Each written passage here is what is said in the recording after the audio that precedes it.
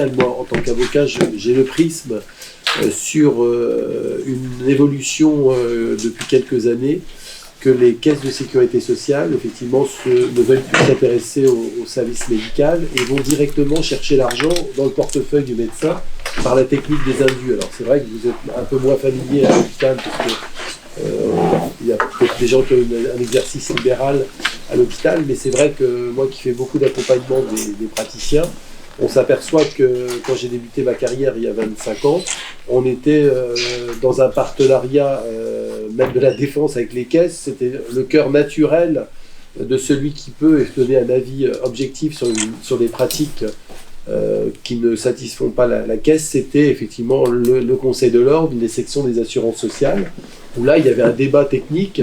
Certes, effectivement, il peut y avoir une incidence financière de remboursement. Il y avait une discussion avec les médecins conseils à la barre. On était des avocats, et parfois un des confrères qui assistait aussi le confrère, où on discutait de la pertinence des prescriptions. Et évidemment que les caisses, l'échelon administratif a trouvé que ça durait trop longtemps, il y avait trop de procédures, et ils se sont dit, si on reprend la main le service administratif, on va effectivement faire des économies par rapport à l'échelon médical, on ne va plus avoir besoin, et puisque derrière ça suit, pourquoi ? Parce qu'on s'aperçoit que le contentieux qui suit effectivement le contentieux administratif des caisses va devant le pôle social des tribunaux judiciaires, et ce sont des magistrats qui n'ont pas la culture médicale, donc qui vont nécessairement donner raison à l'échelon administratif qui se base uniquement sur des statistiques, des tableaux, sur un navire léger. Parfois le médecin conseil n'a pas tous les éléments, et donc devant le tribunal, nous on essaie de remettre un peu en cause, de reparler de médecine. On me dit, maître, c'est pas du tout le lieu ici, il y a un indu qui a été validé par l'échelon administratif des caisses, est-ce que vous avez des problèmes de procédure, mais sur le fond on ne va pas débattre.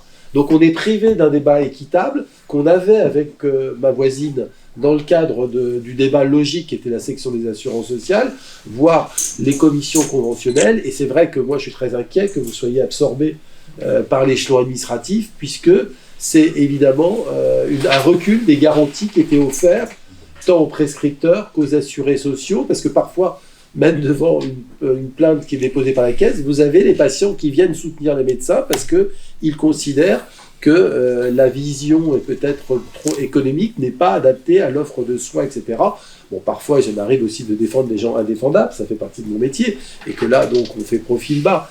Mais c'est vrai que je pense à 2-3 dossiers, je n'aurais plus la plénitude de pouvoir être performant si le contentieux se manifeste exclusivement devant les juridictions du pôle social qui ne sont pas des professionnels.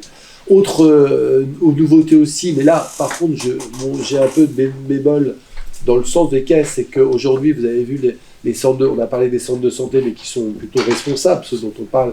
Effectivement, je suis saisi par le plan social de la CRAMIF, mais je parle effectivement des autres centres de santé dont vous avez entendu parler, qui ont défrayé la chronique et qui là posent des difficultés. C'est vrai qu'effectivement avec le nouveau système des caisses, où on vient déconventionner l'établissement de manière effectivement à priver les créateurs l'avance de la sécurité sociale, permet enfin de réguler le marché. Parce que c'est vrai que moi, il y a 3-4 ans, j'ai commencé à défendre beaucoup de voyous, je le dis, de centres de santé, qui ont effectivement dévoyé complètement l'état d'esprit, et c'est vrai qu'on pouvait gagner du temps parce que la caisse n'avait pas de moyens en amont. Donc ça, c'est par contre vertueux. C'est vrai que l'échelon administratif a permis à demander une modification de l'utilisateur en demandant, on tape d'abord et après on discute. Et c'est vrai que c'est beaucoup plus constructif parce qu'on a évité des dérapages très importants. Là, je comprends qu'on est un peu choisi. Mais que cette nouvelle politique d'aller chercher l'argent d'abord avant de discuter me choque lorsqu'on est dans le contentieux classique d'un médecin généraliste qui travaille, ou d'un médecin hospitalier qui a un exercice libéral et qui se voit aujourd'hui dans l'impossibilité de pouvoir discuter de la pertinence de ses prescriptions parce qu'on a une vision purement comptable. Docteur, vous êtes au-dessus des RIAP, votre moyenne régionale est supérieure, voilà, et bien donc c'est que vous faites de la mauvaise médecine. Donc ça nous inquiète, et c'est pour ça que je voulais rejoindre vos propos qui sont parfaitement d'actualité. Je pense qu'effectivement, il faut que les médecins conseils récupèrent la place qui était leur indépendance fonctionnelle et technique, et qui, je trouve, enrichissait la discussion, en tout cas dans le cadre des politiques contentieuses, mais même préventives. Et c'est vrai que la tendance de ce nouveau directeur qui vient de la paix, je crois, est dans une philosophie purement économique et récupérer de l'argent au détriment des assurés sociaux et aussi des partenaires qu'est le service médical. Voilà. Alors, on m'a demandé de venir présenter le bilan de l'année. Quels sont les points qui suscitent, qui justifient que je vous parle un petit peu des points de vigilance. Cette année, j'ai été frappé par une accélération des procédures et puis une volonté de taper tout de suite. Là, c'est un peu ce qu'on voit à la Sécu, et ben on le voit maintenant au niveau du CNG, d'aller beaucoup plus vite sur les procédures de suspension. Alors, ça peut être favorable aux praticiens, mais je pense à une de vos collègues adhérentes que j'ai défendue, qui avait effectivement commis des faits qui étaient répréhensibles dans des circonstances un peu particulières. Je ne cite pas de nom, bien sûr, et qui a eu une attitude tout à fait de repentance sincère en disant effectivement qu'elle avait fauté, etc. Et on avait, et à juste titre, choisi une stratégie d'apaisement en indiquant bon, elle a commis des faits qui justifient une sanction. Donc, ils ont commencé par une procédure ordinale au niveau de l'ordre des pharmaciens. Quel est l'intérêt aujourd'hui pour, finalement, dans le cadre d'un praticien hospitalier, médecin ou pharmacien, d'aller tout de suite au niveau du Conseil de l'ordre? C'est qu'ils ont ce qu'on appelle la procédure d'urgence. Autant, effectivement, il est difficile pour une ARS, le CNG, de prendre des mesures de suspension provisoire, autant aujourd'hui, il est possible, enfin ça a toujours existé, mais ce n'était pas très utilisé. Les ARS utilisent la procédure d'urgence, c'est-à-dire que quand ils décident de demander la suspension d'un praticien auprès de l'ordre, et il y a un délai de convocation qui est un temps, parce qu'il est de 2 mois. Automatiquement, la chambre disciplinaire est saisie, effectivement, des faits pour lesquels l'ARS ou la direction de l'hôpital, en l'espèce, a porté à connaissance. Et donc, le débat judiciaire est très rapide. Et dans ce dossier-là, on avait choisi avec votre collègue adhérente de reconnaître les faits, d'expliquer le contexte, etc. Et on a trouvé finalement un compromis. On a eu une peine acceptable, qui était amendable, qui lui faisait prendre conscience du comportement irrégulier, mais qui lui préservait théoriquement son avenir professionnel. Donc on n'a pas fait appel de cette décision comme vous l'auriez pu le faire, de manière à gagner un peu de temps et gérer les choses. Et bien les choses se sont précipitées. Pourquoi ? Parce que le CNG avait prévu de la poursuivre au niveau disciplinaire, mais considérant qu'elle avait effectivement été condamnée définitivement par l'ordre, et ben le CNG l'a mis de fait en disponibilité d'office. Ce qui est effectivement quelque chose que je n'avais pas vu. En 2020, le CNG a pris un arrêté en disant que lorsqu'un praticien est dans l'impossibilité d'exercer, alors certes plus d'une durée d'une année, il est automatiquement radié, mis en disponibilité. Et cette mise en disponibilité, effectivement, elle a pour conséquence, à votre avis, la perte de son poste à l'hôpital. Donc, double peine. On va à l'ordre, on joue la stratégie de l'apaisement, on explique les choses qu'elle a bien compris, etc. Et derrière, on a un boomerang. On se retrouve avec une décision définitive, avec un praticien qui est placé en disponibilité d'office. Et double peine, triple peine, l'ordre lui dit, puisque vous êtes plus actuellement en mesure d'exercice, on vous radie du tableau. Alors, c'est une pratique que ne font pas l'ordre des médecins, c'est plutôt les pharmaciens. Quel est le risque de la radiation du tableau ? C'est qu'il va falloir se réinscrire à l'issue, effectivement, qu'elle ait terminé sa peine. Le problème, c'est que quand on demande la réinscription, on a un nouveau examen, notamment sur la moralité. Et la moralité, ils peuvent très bien dire « puisque vous avez été condamné, on refuse de vous inscrire au tableau ». Et donc là, on a une triple peine que je n'ai jamais vu pratiquer depuis que j'exerce également, parce que c'est quelque chose, c'est un texte qui est passé à la moulinette dans le statut en 2020, pendant la période du Covid, qui a dû échapper au syndicat, où il y a effectivement une disponibilité d'office pour les sanctions disciplinaires supérieures à 1 an. Parallèlement, c'était prévu ça, on se retrouve avec une procédure pénale en cours, parce que comme il y a une sanction, vous voyez, actuellement, l'agressivité qui peut exister sur une procédure disciplinaire qui démarre à l'hôpital. Donc là, on est en train de négocier avec le parquet quand même une reconnaissance préalable de culpabilité pour éviter quand même de devoir prolonger la peine de suspension et voir une publicité. Et ensuite, c'est pas terminé parce qu'il faudra qu'on aille au CNG répondre en procédure disciplinaire. Pour une affaire où on a choisi la stratégie d'apaisement, un peu aussi en conseil avec vous, en se disant, bon, c'est vrai qu'elle n'était pas défendable sur la commission de son comportement, mais en même temps, on a apporté plein d'éléments de garantie sur son honorabilité, sur sa repentance sincère et que ça n'arrivera plus jamais, et on est en train de la casser. Complètement la casser, parce qu'elle a joué la stratégie, finalement, de proposer quelque chose d'acceptable pour tout le monde, l'établissement qui s'en sort en temps d'honorabilité, et elle qui lui permettrait en principe de reprendre sa carrière, et on se retrouve aujourd'hui avec, elle n'est plus inscrite au tableau, elle est en disponibilité.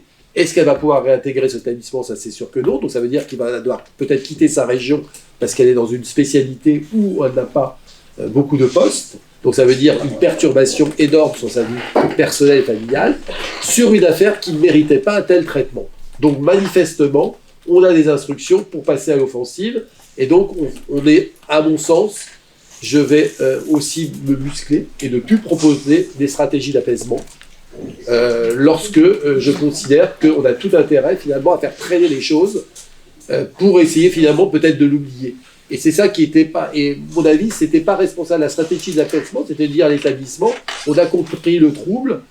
La difficulté, c'est que si je faisais appel, la personne restait encore en fonction, alors même qu'elle avait troublé l'institution pendant quelques mois. Et c'est pour ça qu'on s'est dit, on accepte la sanction, on exécute la peine et on revient. Eh bien non, le CNG, peine automatique, disponibilité, et donc je trouve, et c'est une jeune de vos collègues, une jeune adhérente, sachez que je la soutiens, il n'y a pas de difficulté, je vais l'accompagner, je pense que ça va se faire, et j'espère qu'elle ne pourra pas se faire au lieu, elle en a pris conscience où elle est intervenue, mais en tout état de cause, je vais muscler, notamment quand on va avoir la parole au CNG, je vais dénoncer cette pratique, qui est effectivement la radiation, la mise en disponibilité, qui effectivement fait perdre le bénéfice du poste.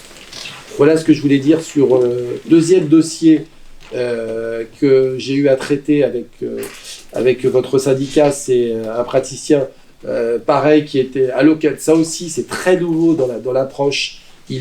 On a eu beaucoup de dossiers, enfin pas qu'avec votre établissement, votre syndicat, où je suis intervenu beaucoup ces années sur les PADU, sur la régularisation des demandes d'autorisation d'exercice.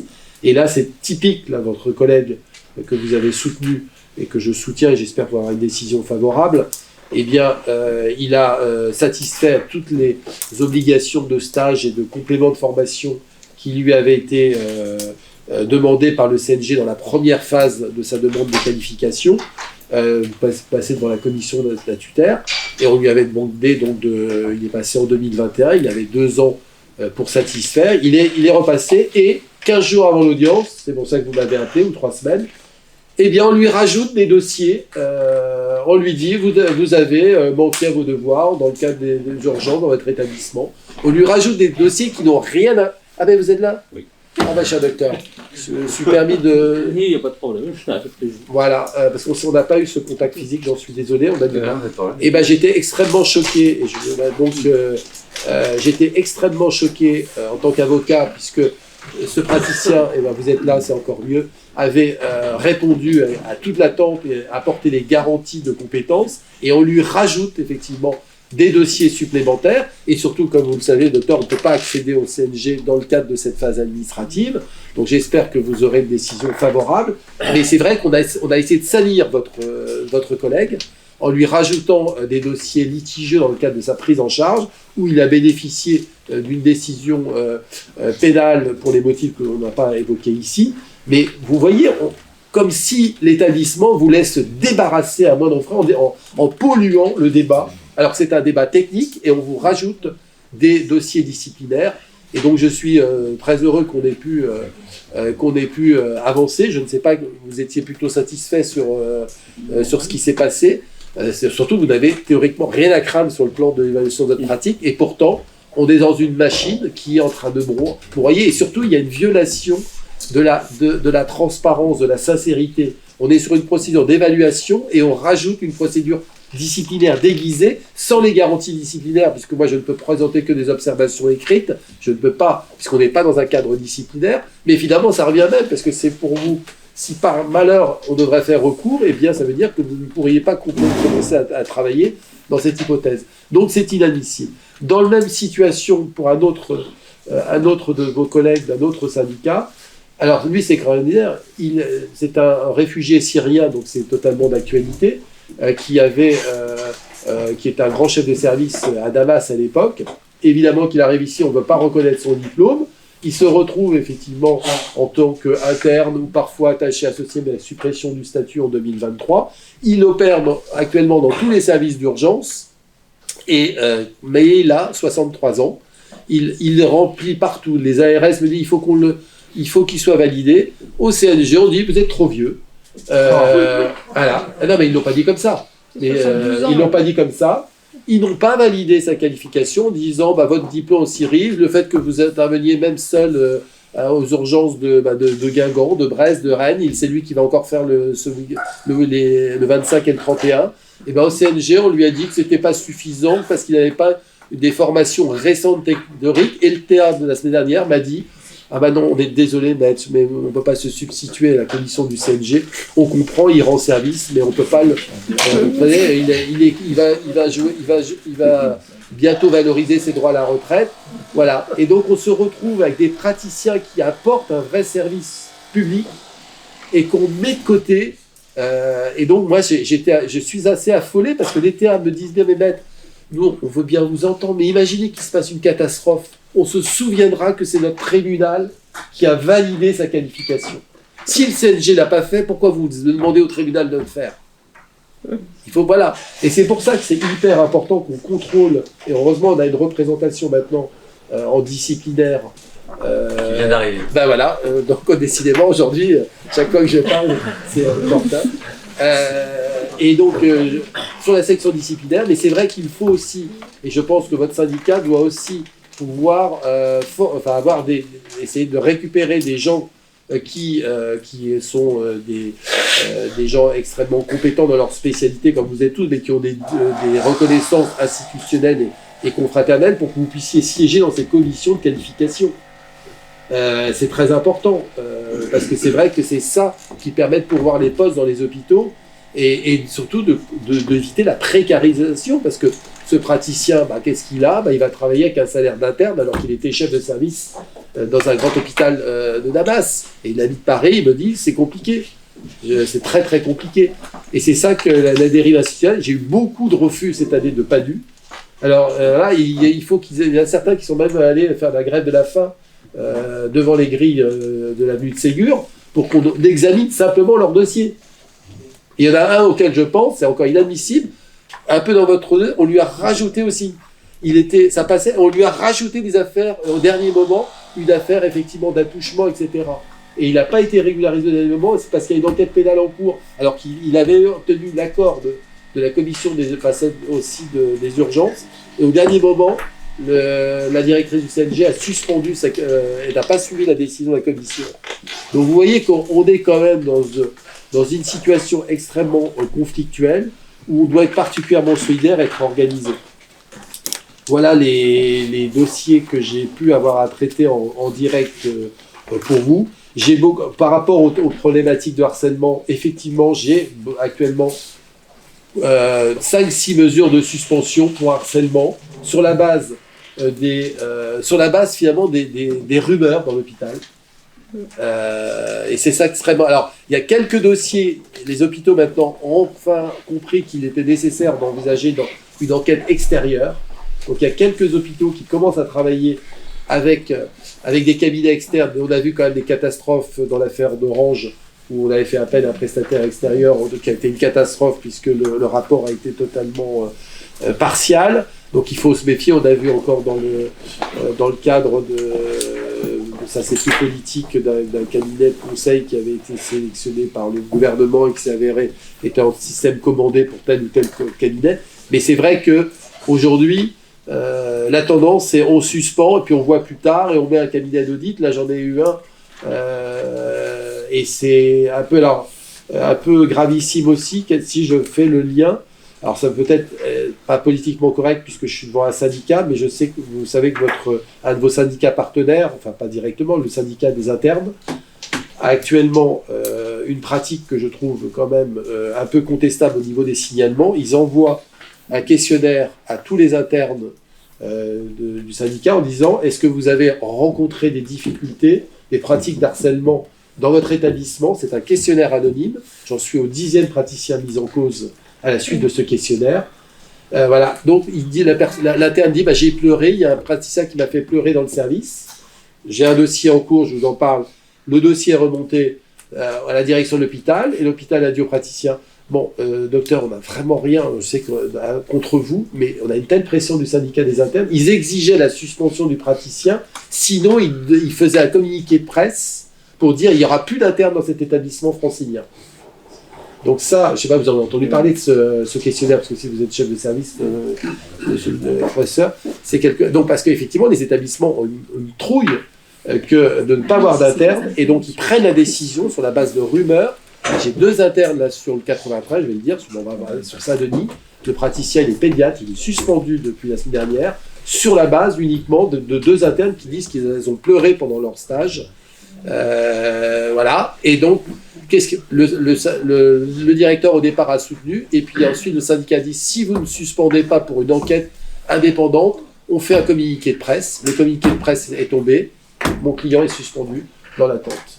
Donc ça, vous avez dû entendre parler de cette pratique du syndicat des internes. Bon, on va en entendre parler demain certainement parce qu'elle va venir. Ah ben alors donc j'aimerais bien que vous lui demandiez des explications là-dessus, parce que moi je trouve ça, même si c'est anonyme, actuellement ça fait peur, ça terrorise les établissements, et qu'ils arrivent derrière automatiquement casser les praticiens dans l'attente d'une enquête, mais déjà le mal est fait.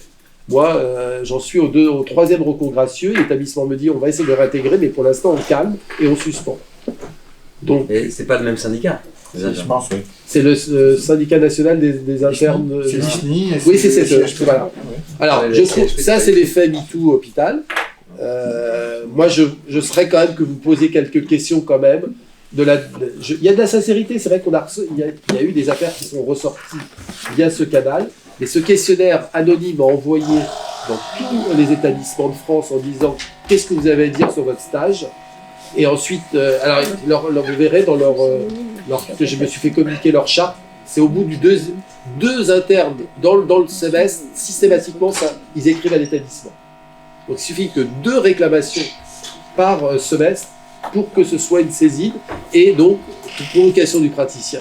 Et là, en l'espèce, alors que moi j'ai 50 attestations, mais l'hôpital concerné m'a dit on préfère suspendre, parce qu'ils menacent de faire une publication en disant « plus d'interne dans cet établissement ». Donc ça, c'est nouveau, et ça conforte que le système est actuellement très agressif, avec une volonté de sacrifier facilement les praticiens en méconnaissance et en violation de leurs obligations. Voilà ce que je voulais dire en propos introductif, évidemment, pour rester dans la discussion ensuite.